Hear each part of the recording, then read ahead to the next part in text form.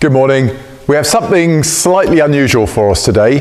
This is my little daughter's Volvo 245. It's a late model, 4-speed carburetted though. Oddly enough, in this car the carburettor is actually running quite nicely. It's a car we plan to drive to Istanbul next year for Emma's 50th birthday. And what it really lacks for such a trip, especially through the autoroutes of France, is cruise control. So we're going to fit cruise control to it. I think it looks moderately straightforward. I think the interesting bit will be that this car has not got a speedo cable. It's got the electronic sender from the axle for the speedometer. And I think that should make life easier for us. So we've got the kit that's suitable for carburetted vehicles. Let's just go forth and see what we can make of it. Let's go and have a look at the contents of the package first. Okay, so this is the contents of the package as it came from the supplier. Let's do the simple bits first. These are my spectacles, which weren't provided by the supplier. This is the actuator motor.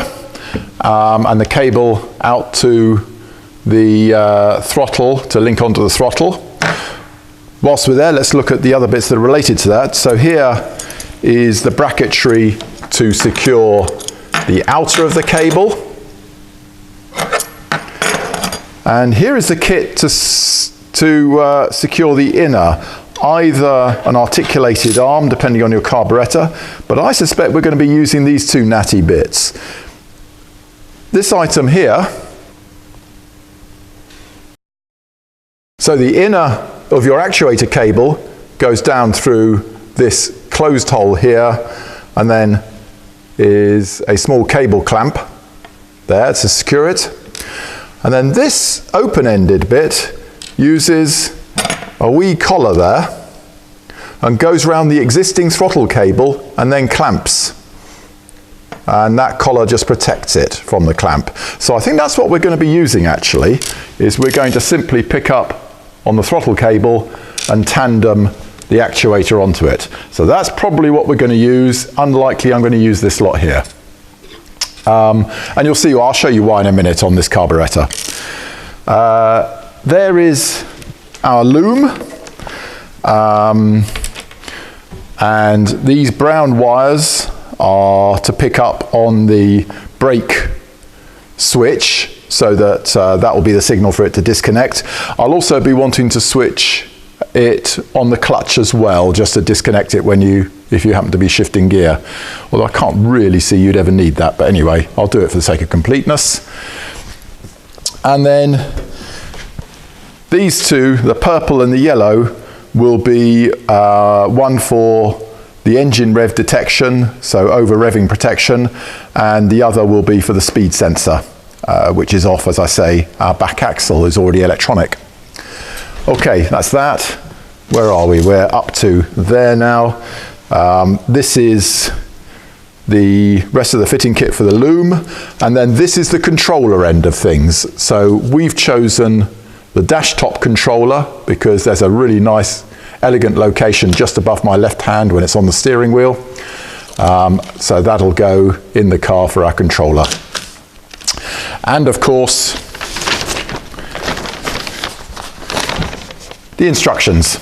Now, they're not really written up for the pure DIYer. They are written more in terms of somebody who's doing this fairly frequently with different kits. But you can pretty much infer in between the lines the bits that aren't actually stated. So hopefully this will all go fairly straightforward. My first task is going to be to mount the actuator and secure the throttle cable. So we'll be going into the engine bay and get that done before progressing on to do the electronic side of stuff. Over to the motor car. Happy? Yep. Okay, so here's our carburettor. This is the choke cable, so of no interest to us at all. This is the throttle cable here. And we've got this nice, almost fuel injection style arm here. Right, at first sight, you think, oh look, there's a location for a second cable just here with the mounting there. I suspect that is for the automatic kickdown cable because it operates in the wrong sense. So my choices for picking up on the actuator is to Siamese it onto here and put a bracket adjacent to the throttle bracket. I don't really like that. This is quite a small cable, and teeing off it, I don't know, it just makes me feel a bit uncomfortable. There's this bracket here that was used for presumably the automatic kickdown, which I suspect one could modify this to work off that. There's this bracket here, which is pulling this in the right direction, but there's no nipple position on the bottom of this rotor. So that doesn't really work. But here, I think we can get a nice inline position on this arm here, if you can see that there. So I'm going to take this arm off and modify it to accept the cable pulling in line with my screwdriver here. And I think that could work quite nicely. So let me go ahead and modify that.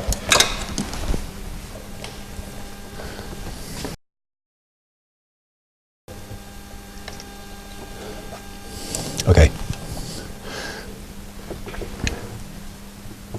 I've removed the bar that connects the throttle rotor here to the butterfly here.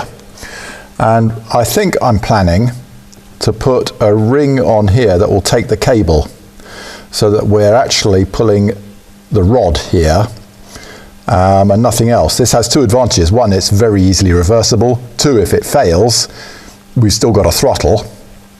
Whereas if it fails here, we are probably going to just break the throttle cable and have no means of travel.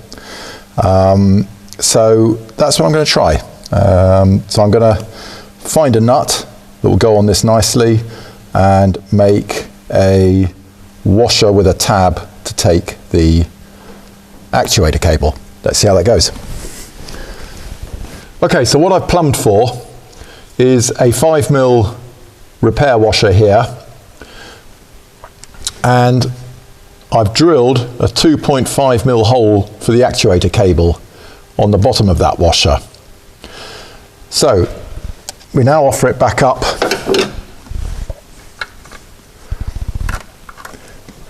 onto the linkage.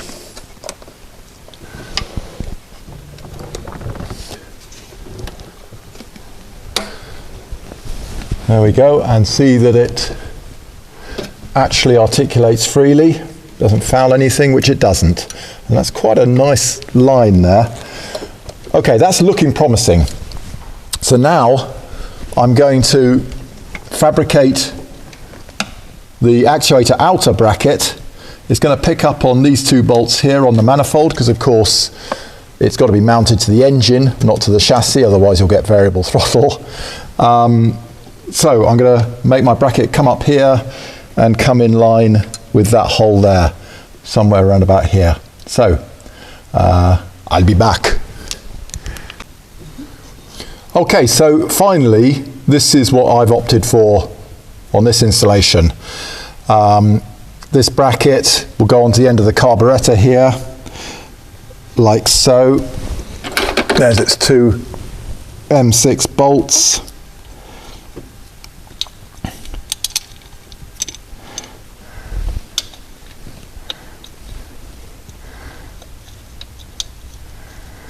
There and there, and then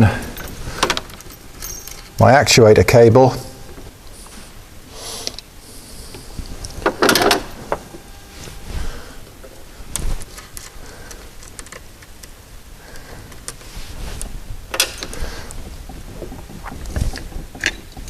It's going to go through like that, into there, and pick up on that little washer I made to go on the rod here. We'll then get that installed, and then we'll mount the actuator itself. Okay, so we now have the cable bracket installed here. Incidentally, I've just riveted this plate on at the moment, just whilst we trial this. I will actually weld these two together later when we've proved it all works. So what I'm going to do is just pop that rod off again, because you'll see why in a moment, to make it easier to rig the cable. So I take my cable in,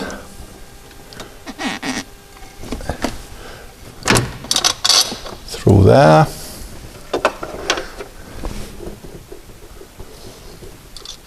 lock washer on,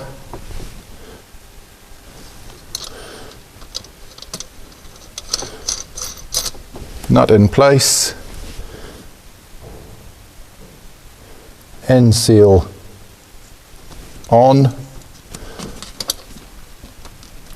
There it goes. Now I'm going to pop my cable through my little rod plate there, and put on the end stop, which is a socket screw. So we wind him on. Just going to leave a little bit of end there for the minute. We might need more or we might need less when we rig it up, but that's what I'm going for right now.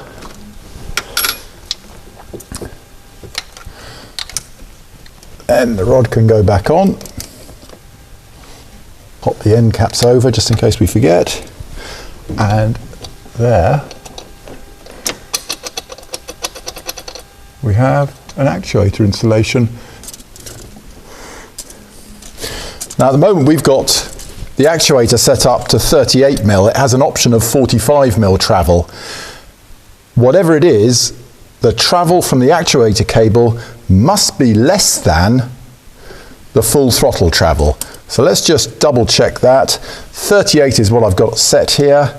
If we now wind on full throttle, I have 40mm. 40mm. So we are just correct. So that's nice. Right, I might as well just tighten this up now. Obviously, we don't want to have this taut. It needs a bit of free play, which is kind of looking about right now. So let's finalize that.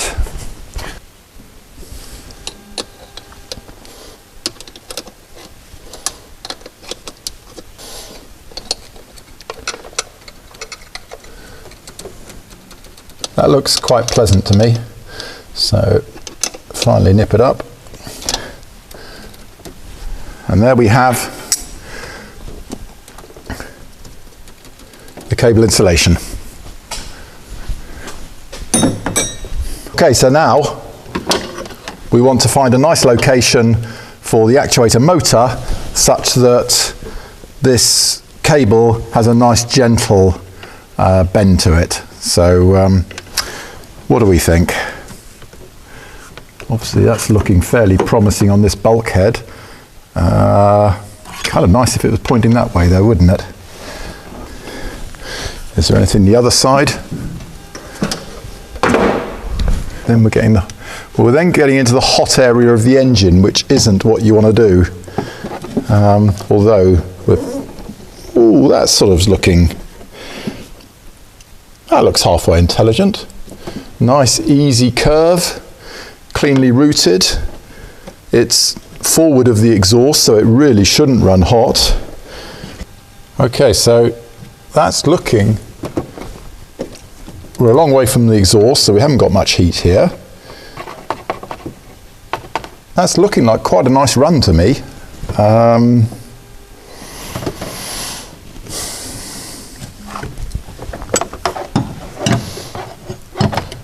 Well, we're getting a lot closer to the exhaust here, so I don't particularly like that. that's a possibility there actually. That's possibly a nice compromise. So it comes around here, nice gentle curve and into there. That looks pretty nice to me. I'm going to mount it on this bit of inner wheel arch. And I've already got one drilled hole already, so I only have to drill one hole. Okay, let's get that done. Okay, so we now have the whole actuator installed. So starting up this end, we've got the cable attached to effectively the rod. The bracketry is on the carburettor. We have a nice gentle run around of the cable here. Back to the actuator sitting on the inner wing. We've got a good distance from our exhaust, so I don't really see that being an issue. And it's a fairly neat place to place it here. So I'm just going to make sure that this cable here is safe. So what I'm going to do is drill a couple of 4.5 mils.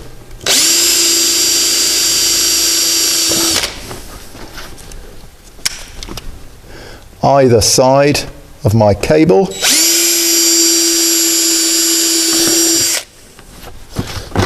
Like so.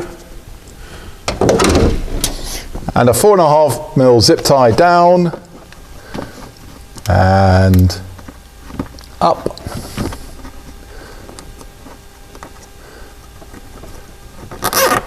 And locked off. There we go. Now this cable can't go anywhere into any of the rotating gear. Yep, I'm pretty pleased with that. That has taken 2 hours, a few full starts, but this is really where the creative bit of your installation is. After this it becomes kind of straightforward if you class hanging upside down underneath the dashboard as straightforward. So yeah, we now progress to the electronic side. Okay, here we go. There's the control module fitted onto the panel. In fact, they suggested 6mm hole to put the ribbon cable through. It's actually an 8mm hole is required, probably an older evolution than their instructions. So let's pop the ribbon cable down there.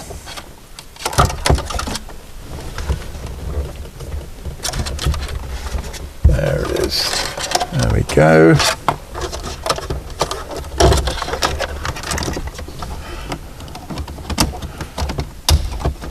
And there we go. One controller for your left hand. Next step. The eagle-eyed amongst you will have noticed that the actual ECU, the control unit, was missing from my desktop view of all the kit. It dropped down the side, but here it is, the control unit. So we decide where that's going to go, and in this instance I'm going to actually zip tie it to the top of this heater duct here. That's going to be nice and neat, out of the way and easy to fix. And if I place it such that the jack is looking inboard, then I have the indicator LED facing me so I know that it's working. So having decided that yes, my ECU is going to sit there like that, I can then start putting my loom in. Here's the control dash module cable, so that's coming in nice and close. Here's the main loom that will plug into this ECU. And what I've done is I've actually simply used an existing grommet that's just up here to the left of my clutch pedal and taken the actuator cable through that existing grommet. Let's go and have a look at that on top. Okay, so my actuator cable is here. It's come through this natty little grommet just at the back of the cylinder head. I've routed it then underneath the clutch master cylinder, over the top of the servo, through the top mount, and here we are with our plug on the end. And if we now just find a nice little route underneath the rad reservoir, There it goes, and we'll plug it together. Just check my wires once more. Black, green, blue and pink. So we can hook that one together. There we go, and then remove the excess cable back into the car itself. So our next task is to get a positive feed, so that's an ignition switched feed. That's this orange cable here, which I've routed over to the fuse box. So our cable comes over, and this is where I picked up my ignition switched 12 volts. It's actually fuse 12 on this car, which was used for aircon, which we don't have, and the rear electric windows, which we don't have.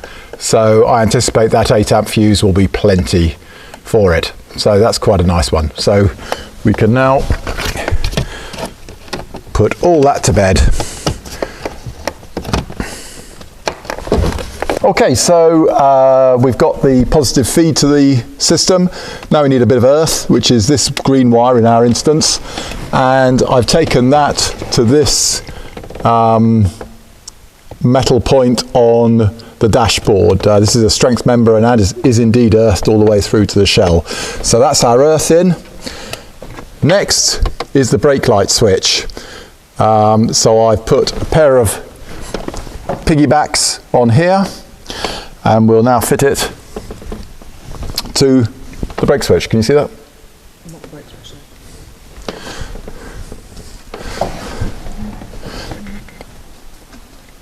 Happy? Yep. Okay, this bottom one is the constant positive, which goes to the brown. There we go.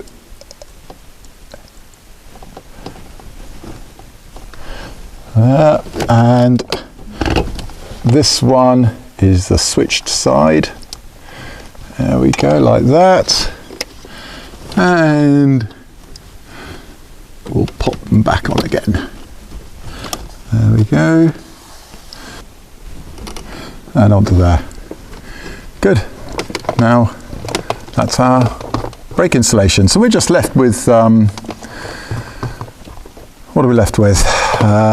That, which is the controller there, and these three, black, yellow and purple, to do, and we'll do those tomorrow morning. Okay, the next cable to do is, on this installation, a purple one. This is the clutch trigger. Now, because this is such a tall geared car, you can't hit fourth gear until you're doing over 40 miles an hour. So it's quite probable that we shall use cruise control in third gear, for instance, in built up areas. And so you need to be able to trigger the clutch such that when you dip the clutch to hit fourth gear, once you've exited that speed limit, the cruise control will disengage. So that's the purple wire. And this is our stock brake light switch. So that means when released, this is short circuits between the two terminals. When you press it, it goes open circuit. So in other words, when the pedal is not touched, it is open circuit. As soon as you hit the clutch pedal, then it makes the circuit and it tells the cruise control to switch off. So I just have to make a bracket. There we go, bracket, and that's going to install just up here. So I'll go away and do that and show you the finished product in a moment. Okay, so there's our clutch trigger and bracket installed. Let's just check that we've got the right adjustment. So as I hit the clutch pedal, we should make a short circuit to earth.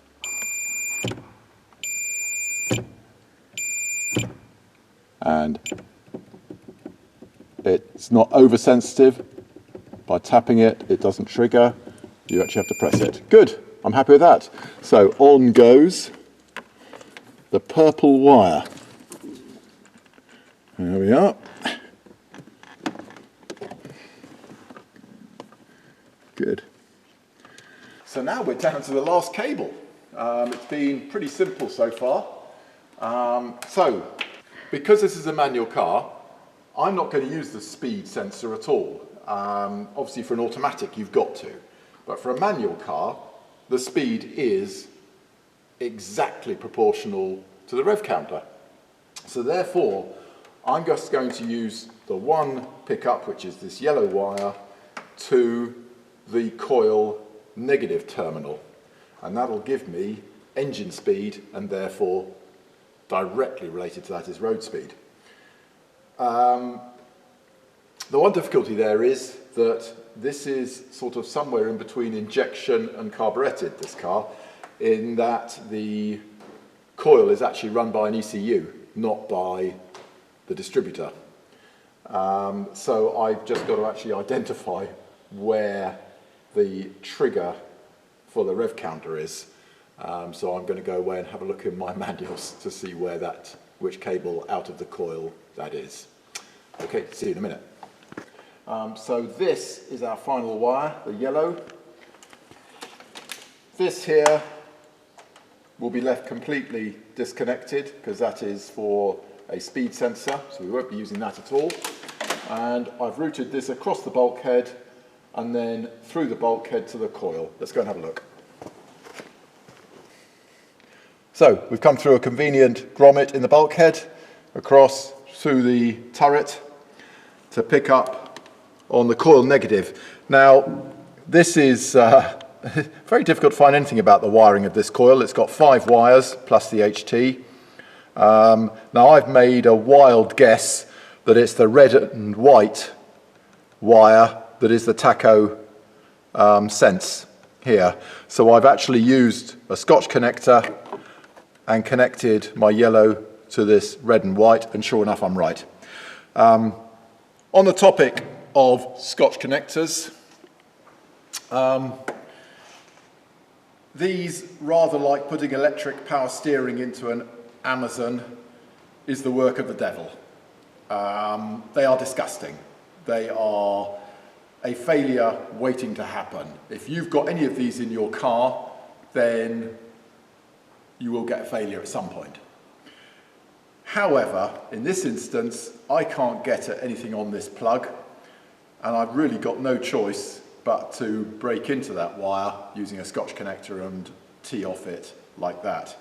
So whilst I understand what I've done, I'm not particularly happy with it.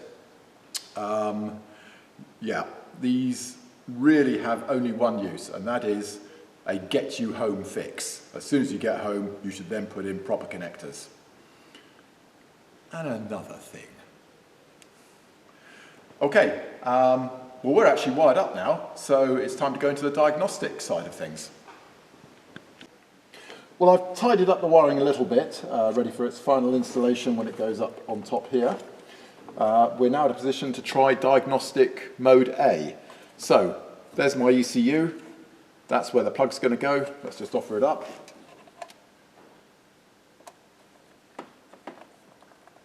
There we go.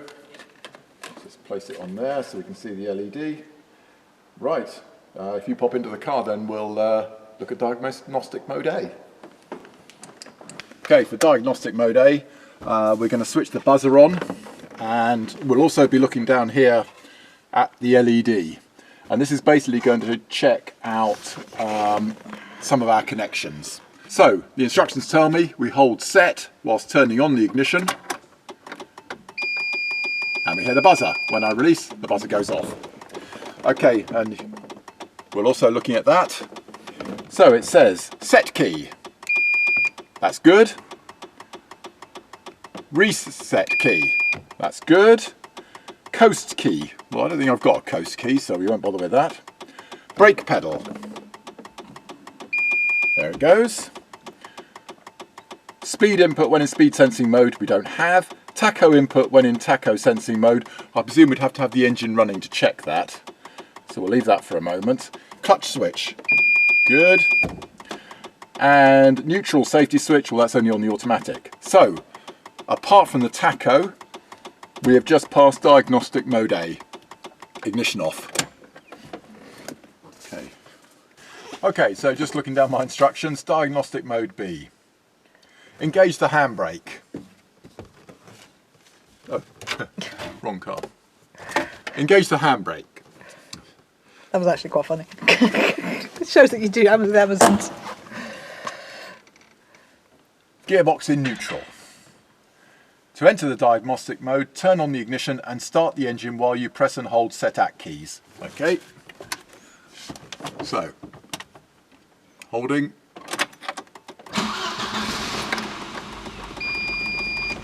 Okay, so that should be in diagnostic mode B. Turn on the cruise control by pressing on off. There we go. Tap at the SETAC and the actuator should start to pull the throttle in and will increase the engine revs. Set the SETAC and res deck buttons on the command module to adjust the throttle position. The actuator can release the throttle instantly by pressing the brake pedal. Okay, let's go and check that. So if you want to go out and have a look at the engine bay, I'll play around with the module. Let's go. Okay, so here's my actuator cable. Here's the rod to which it's attached and the butterfly that we're going to watch as I hit accelerate and decelerate. So if we zoom in on that.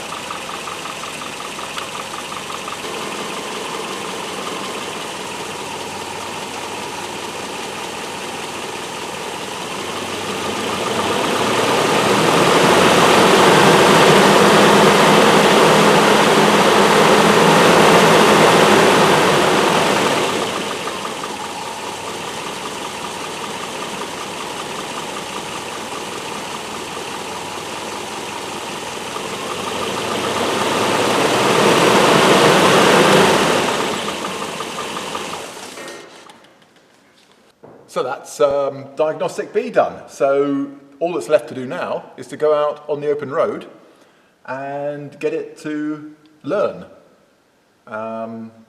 So that's what we'll do next.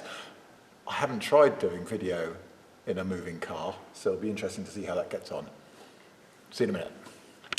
Okay, so it's a day after we installed the cruise control into Sophie's 245 estate, manual carburetted. Let's see how it goes. We've already found that it actually needs no tuning, so I'm afraid I'm not going to go into the tuning of it. We're just going to demonstrate that it all works beautifully, and in fact, to be honest, this works better than our V70 D5 cruise control, which has a tendency to lag and you can feel the turbo come in as it tries to catch up again. Okay, so we're on the country roads of Suffolk, so nicely undulating, nice easy bends. So let's try that at 55 miles an hour. So I switch on the cruise control, we get a green light saying it's ready. That's about the speed I want to be, about 52. And we hit set, and I let go, and there we are. We are holding nicely. We're on a downhill at the moment.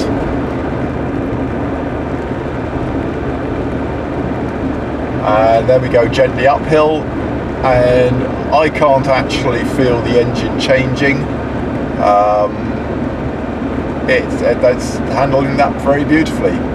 What we'll do next is, as we approach Thetford, we'll hit 30 miles an hour, and we'll show the performance at built up area speeds, and then how to hit resume afterwards, which is slightly different on this to our V70. So I'll be with you again in 5 minutes. See you then.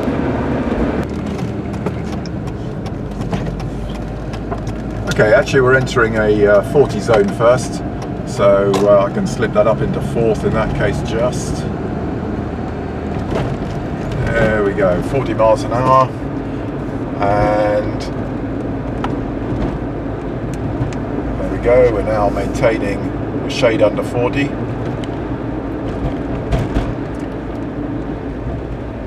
And And bearing in mind that's just about the limit of this engine, can just about sustain 40 at in fourth gear. And now we've got the roundabout ahead.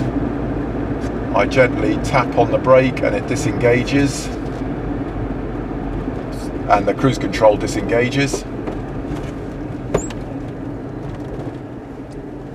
Up to the roundabout, around we go, second exit.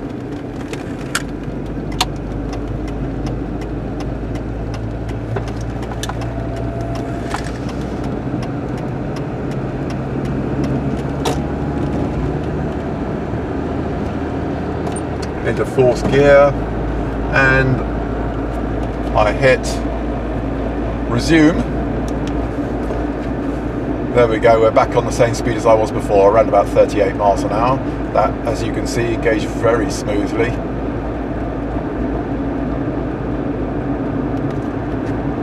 Okay, I'm just going to dab on the brake so it disengages. We've got a bit of traffic ahead of us. And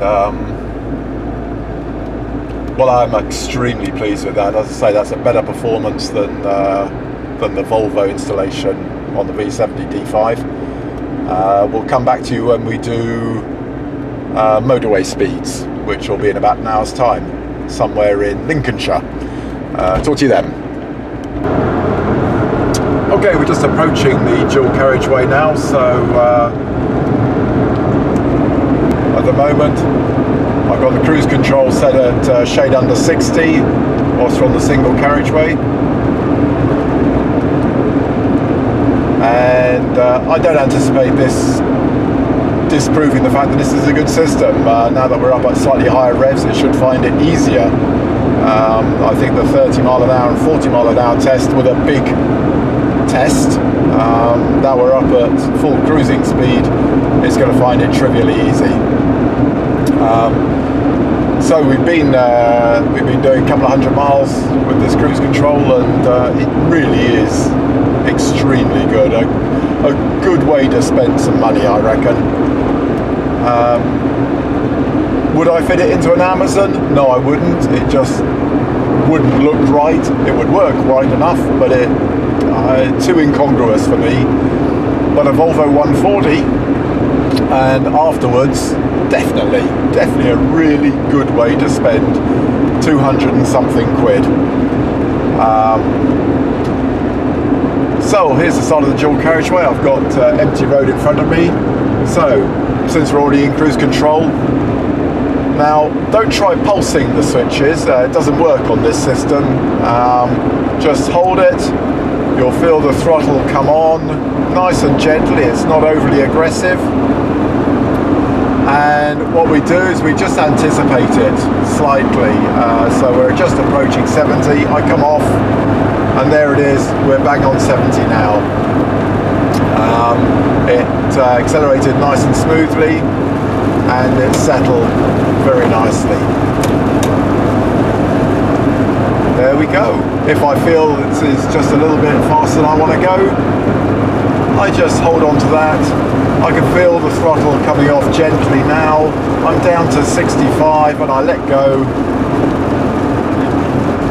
And we're holding 64 miles an hour there. Well, that's a terrific system. I can't recommend that enough. All of a sudden, we have a car here that's going to take us to Istanbul and back very comfortably. It is really an excellent system, this. Oh, we've got a tractor in front of me, so I'll just dab the brakes to disengage. And let's go past the tractor. Back up to 64.